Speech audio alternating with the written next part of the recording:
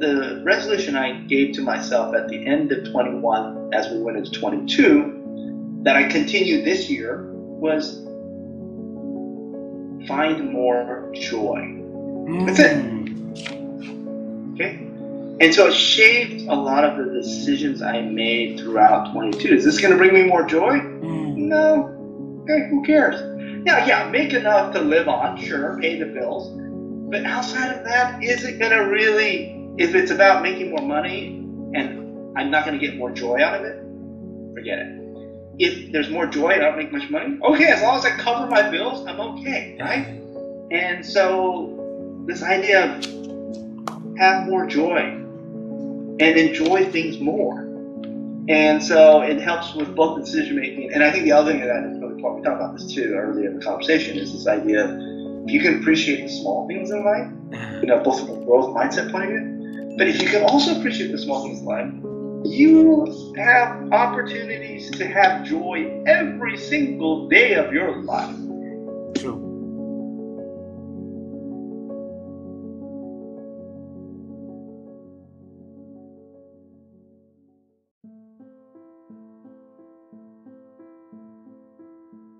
So over the years, Dennis, how have you been expand your ability to think?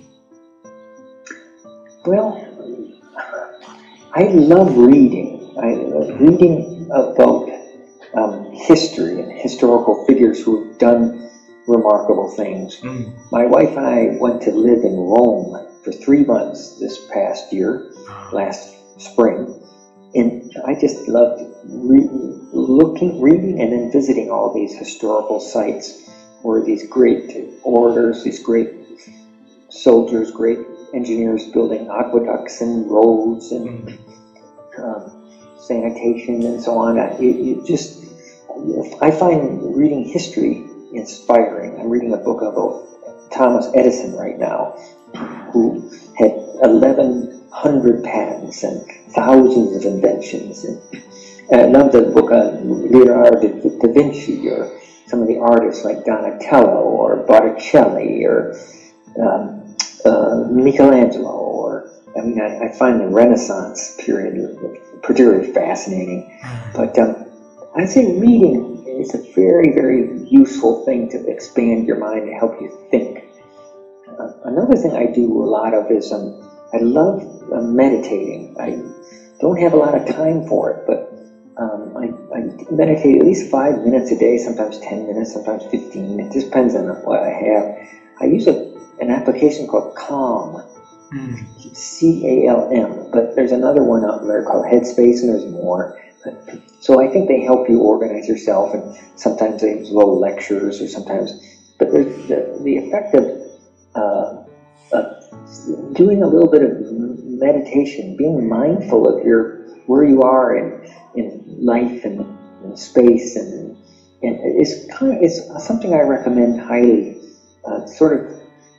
Also, it helps you be grateful or have gratitude towards what you've been able to accomplish and be involved with. And so I think there's a couple of things there that might be useful. Working hard is fun and interesting, but you have to give a little bit of breaks too. So I love to run and ride bicycles and hike, and I swim and I sail boats, and so you have to have some pursuits that give you some time away from work so that you actually can enjoy life too. So that's a couple of thoughts I've had.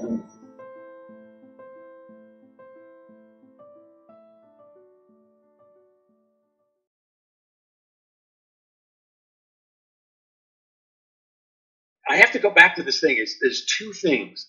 One is this driving curiosity.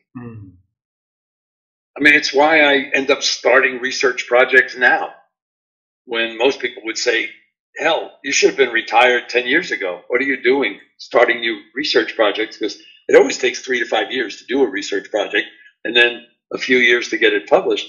But I'm still curious about certain things. And the other is this belief that we can make our lives and the lives of others around us better. Beautiful. I think, when you stop and look at how little change occurs in a desired direction, and it's amazingly poor results when you actually study that, and you think about all of the things that we as humans do to damage ourselves, like smoking cigarettes or gaining weight or fixating on negative thoughts, or we do to other people. Again, it could be unintentionally, or we could be angry. Mm. The things we do to the planet, the things we do to the plants and things around us. It's amazing that we're still here. And not only are we still here, but if you actually study, and this varies by culture, but if you actually study, are people's lives better today than 40 years ago or 30 years ago? The answer is almost completely yes, in terms of square footage of where they live, in terms of caloric intake and their access to food, in terms of healthcare. That's why in most social classes, in most countries and cultures of the world, people are living longer. I mean, we haven't eliminated the germs. What we've done is found ways to battle them. So you look at all these things, and by all of these measures, and this, I mean, you and I are, 8,000 miles apart right now? Something like that? And we're having this conversation about ideas of mutual interest. We've never met.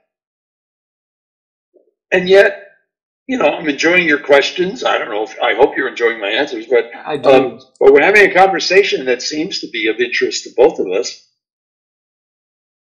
That wasn't possible even 40 years ago. I mean, a smartphone started in 2007. The internet didn't become accessible to most of us till somewhere in the late 90s. And you stop and say, okay, well, back in those days, it was the telephone or the newspaper or the radio, a little bit of the TV, but that was slower. And you stop and say, oh my God, so I look at all of that and I say, yes, there are a lot of things that are wrong that we have to work on and fix. But we're still here. We're still here. And we're still here and doing better than ever before, not for every person, but for more of us than ever before. A higher percentage of the population of the earth does not live under horrendous life-threatening conditions as they did 100 years ago or 200 years ago. True. So you put all that together, and why? It's because as humans, we're very innovative and adaptive. Beautiful. And if my work can help people do that, can help people make that a little bit better, faster, more compassionate, then yes, that's what I'm going to keep working on. Beautiful.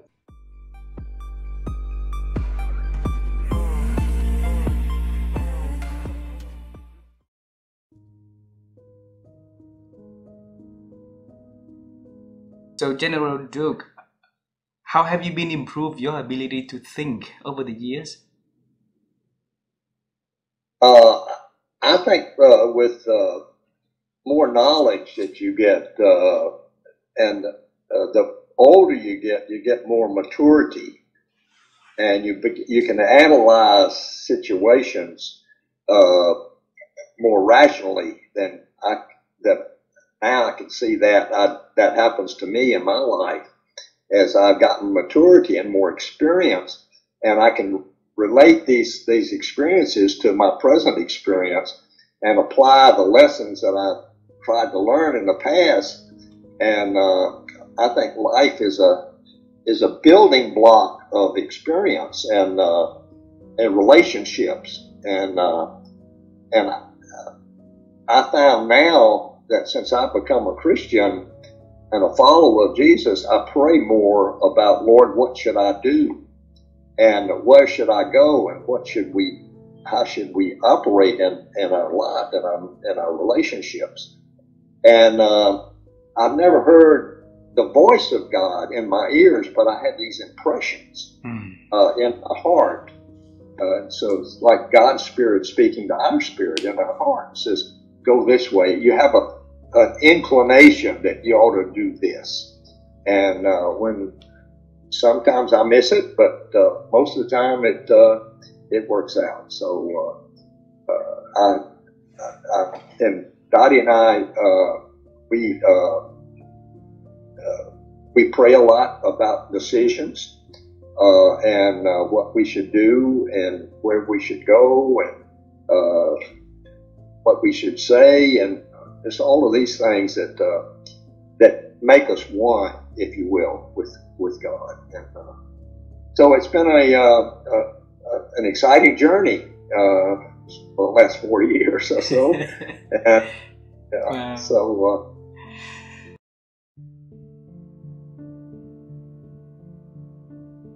Well, that happened as part of my graduate studies. So sometimes one door closes and another door opens up, right? So when I finished my undergraduate studies, I knew I wanted to go on for a PhD. I thought I was going to go into clinical psychology. I had applied for a doctoral program, and thankfully I was rejected. Like, what do I do now?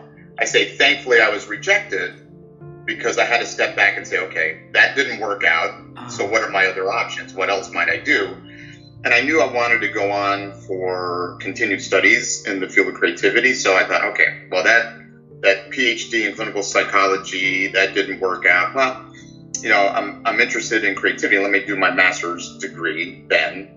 And then I'll attempt to get into a PhD program after doing a master's degree. So I chose to do my Master of Science degree in creativity and change leadership at Buffalo State. So while I was doing my master's degree, I had the chance to teach, and I had never taught before.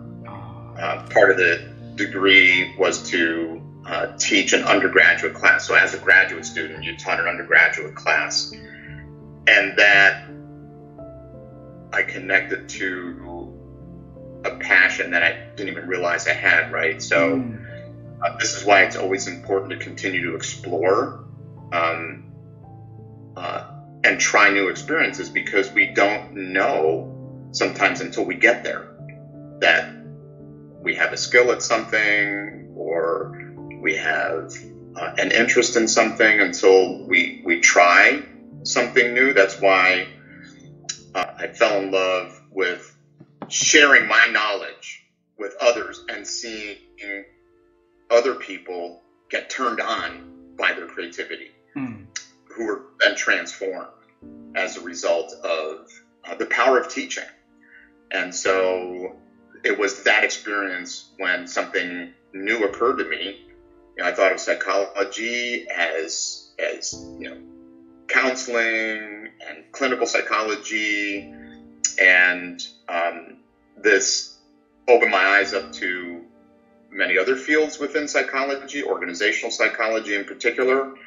And so I started to see myself working in the area of organizational psychology and eventually becoming a university professor, someone who would be teaching others, because you asked about a critical moment, that experience being in the classroom and teaching undergraduate students about creativity and seeing them go through the experience I had gone through previously was incredibly rewarding. Wow.